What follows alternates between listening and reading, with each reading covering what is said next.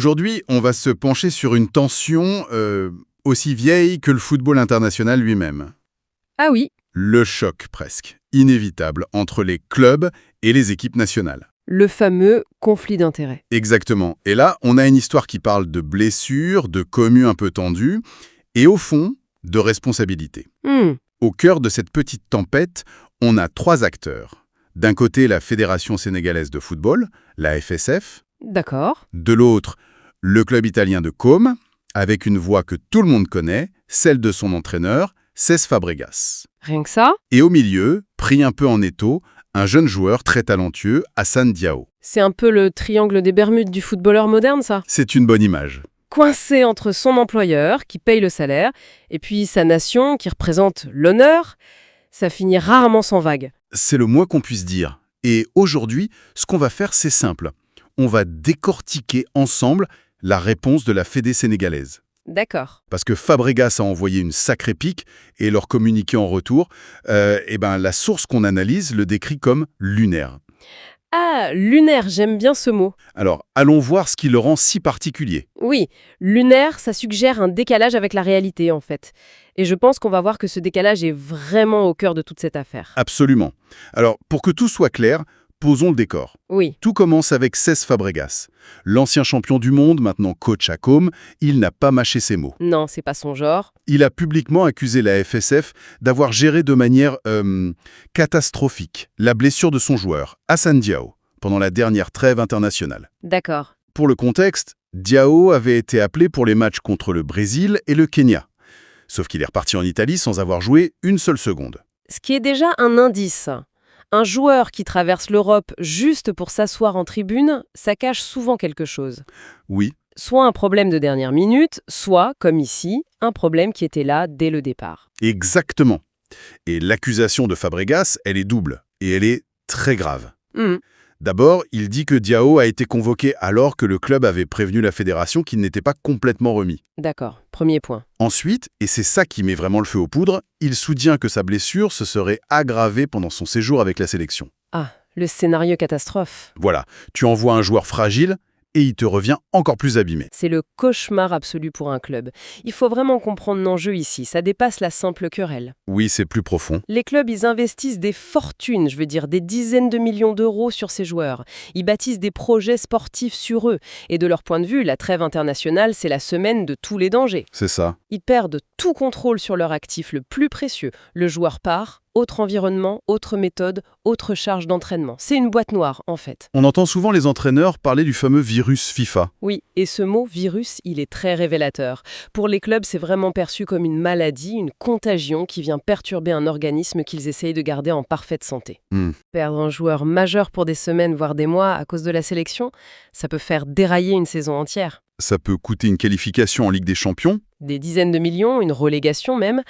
On est en plein dans ce dilemme éternel, hein. Le club, l'intérêt privé, contre la patrie, l'honneur collectif. C'est dans ce climat de méfiance que la sortie de Fabregas prend tout son sens. C'est très clair. La FSF est donc sur la défensive face à une star comme Fabregas qui a un écho médiatique mondial. Il ne pouvait pas ne pas répondre. Et bien sûr, la réponse est arrivée, sous la forme de ce fameux communiqué. Et en le lisant, on comprend qu'ils ont bâti une véritable forteresse argumentaire. Point par point. L'objectif est clair. Se dédouaner de toute responsabilité. Le risque zéro. Premier point de leur défense, Souhir-sur-Marne, l'origine de la blessure. D'accord. La FSF est formelle. Hassan Diao est arrivé au rassemblement, déjà blessé. Ah, Et pour le prouver, ils donnent des détails très précis. Ils disent que la blessure a été contractée en club, lors du match de Com contre Calgary, le 8 novembre. il donne la date et le match. Oui, et ils ajoutent une preuve, selon eux, irréfutable. Il n'a joué que 45 minutes ce jour-là, remplacé à la mi-temps. Le message est à peine voilé, c'est « le problème vient de chez vous ». Et là, on n'est plus dans le médical, on entre en pleine guerre de communication. Carrément. C'est un classique, hein, transformer l'accusé en accusateur en citant le match, la date, le temps de jeu. Ils ancrent leur défense dans des faits vérifiables. Ils ne disent pas juste « il était blessé ». Non, ils disent « voici, où, quand et comment il s'est blessé ». Chez vous. C'est très habile pour retourner la pression. C'est une manœuvre très offensive.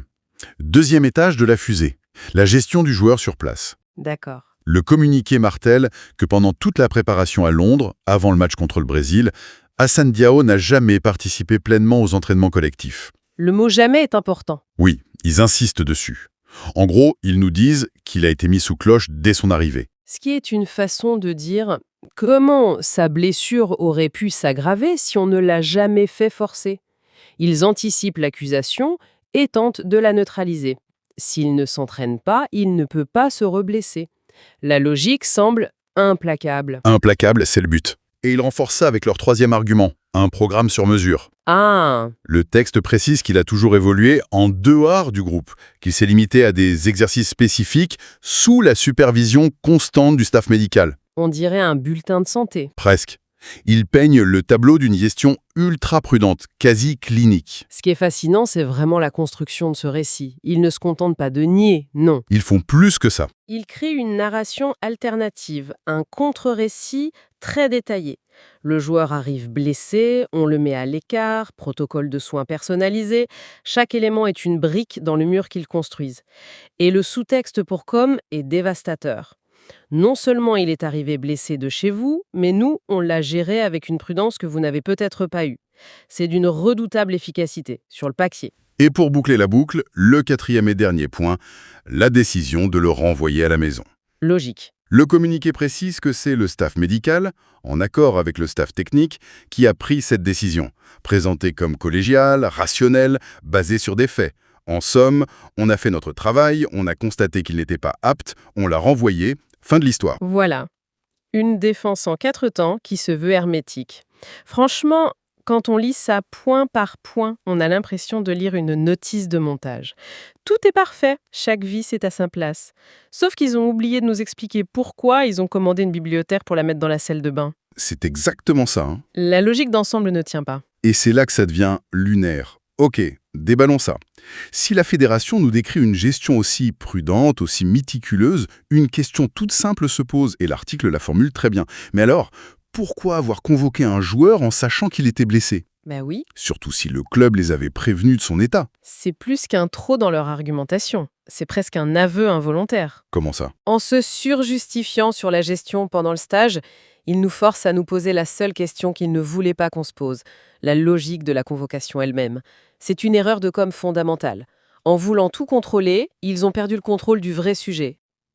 C'est ce décalage total qui est frappant.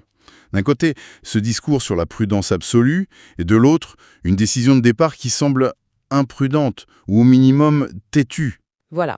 Ils répondent à l'accusation de Fabregas sur l'aggravation, mais ils créent un silence assourdissant sur le pourquoi de la convocation. Alors, essayons de comprendre, pourquoi faire ça? Quelle peut être la logique derrière? Il y a plusieurs hypothèses, je pense. Et ça nous plonge dans les coulisses des relations de pouvoir du football.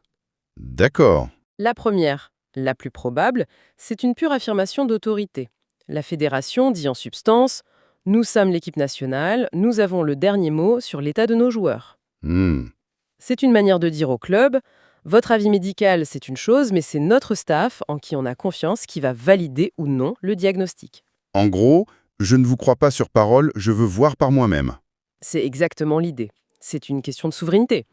Le joueur est sous contrat avec le club, mais quand le maillot de la sélection est en jeu, la Fédé estime avoir un droit de regard, un droit de veto. C'est un bras de fer politique. Une démonstration de force. Oui, ils font venir le joueur pour affirmer cette prérogative. Quitte à le fatiguer avec un voyage inutile et à perturber son programme de soins. C'est le dommage collatéral qu'ils sont prêts à accepter pour marquer leur territoire. La deuxième hypothèse, peut-être complémentaire, c'est Le pari. le pari. Oui. Le staff s'est peut-être dit, bon, il est touché, mais ce n'est peut-être pas si grave. Faisons-le venir. On a 2 matchs, on va le soigner, l'observer, et avec un peu de chance, il sera apte pour le deuxième match dans une semaine. C'est une sorte de pari médical. Un pari risqué quand même, hein. Très risqué. Parce que même si l'intention est bonne, du point de vue du club, c'est inacceptable. Et c'est perçu comme un manque de respect. Total. Ça revient à dire, le programme de récupération que vous avez mis en place avec vos médecins, on s'assoit dessus pendant 10 jours pour tenter notre propre truc. Ça ne peut que créer des frictions. C'est clair. Donc, quelle que soit la raison, affirmation de pouvoir ou pari risqué, le résultat est le même. Une relation de confiance qui est brisée. Et les conséquences ne sont pas anodines. L'article le souligne bien, et ce n'est pas une simple querelle qui va être oubliée la semaine prochaine. Non, ça laisse des traces. L'auteur s'inquiète que ce conflit puisse raviver des tensions juste avant un tournoi majeur, la Coupe d'Afrique des Nations. Donc ce n'est pas qu'une passe d'armes médiatique. L'enjeu est sportif et diplomatique pour la suite. Évidemment. La prochaine fois que la Fédé sénégalaise voudra appeler Diao ou un autre joueur de com, comment le club va réagir? Il sera sur ses gardes. Il pourrait être beaucoup plus réticent, multiplier les examens, chercher le moindre prétexte pour retenir son joueur. Ça installe un climat de suspicion qui est néfaste pour tout le monde. Et le joueur au milieu de tout ça. Et le premier perdant, c'est lui. Il se retrouve tiraillé entre son employeur et sa sélection. Donc, au final, on se retrouve avec une situation assez ironique. D'un côté, on a une accusation directe portée par une voix forte. Oui. Et de l'autre, une défense qui se veut parfaite, clinique, mais qui, à force de vouloir tout justifier, expose sa propre faille logique et finit par empirer la situation. Tout à fait. Si on prend un peu de recul, ce cas illustre parfaitement cette lutte de pouvoir et de narration dans le football moderne. Le communiqué de la FSF, c'est un document politique autant qu'il est médical. Il est conçu pour affirmer une autorité, pour contrôler un récit et protéger une image face à une attaque publique. Mais en esquivant la question fondamentale, le pourquoi l'avoir convoqué, il laisse le champ libre à l'interprétation. Et il alimente le conflit qu'il était censé éteindre. C'est un effet boomerang. Exactement. En communication de crise, ce qu'on ne dit pas est souvent bien plus parlant que ce qu'on dit. C'est une excellente analyse. Et toute cette affaire, elle nous laisse avec une question de fond. Une question qui dépasse largement le cas d'Hassane Diao ou le conflit Sénégal-Com. Oui. Au final, à qui appartient la santé d'un athlète de haut niveau? Est-ce qu'elle appartient au club, qui le paie des fortunes, qui investit sur lui chaque week-end? Ou est-ce qu'elle appartient à la nation pour laquelle il porte un maillot? Une fierté collective, les espoirs de millions de gens. C'est peut-être ça la question insoluble qui se cache au cœur de ces conflits perpétuels.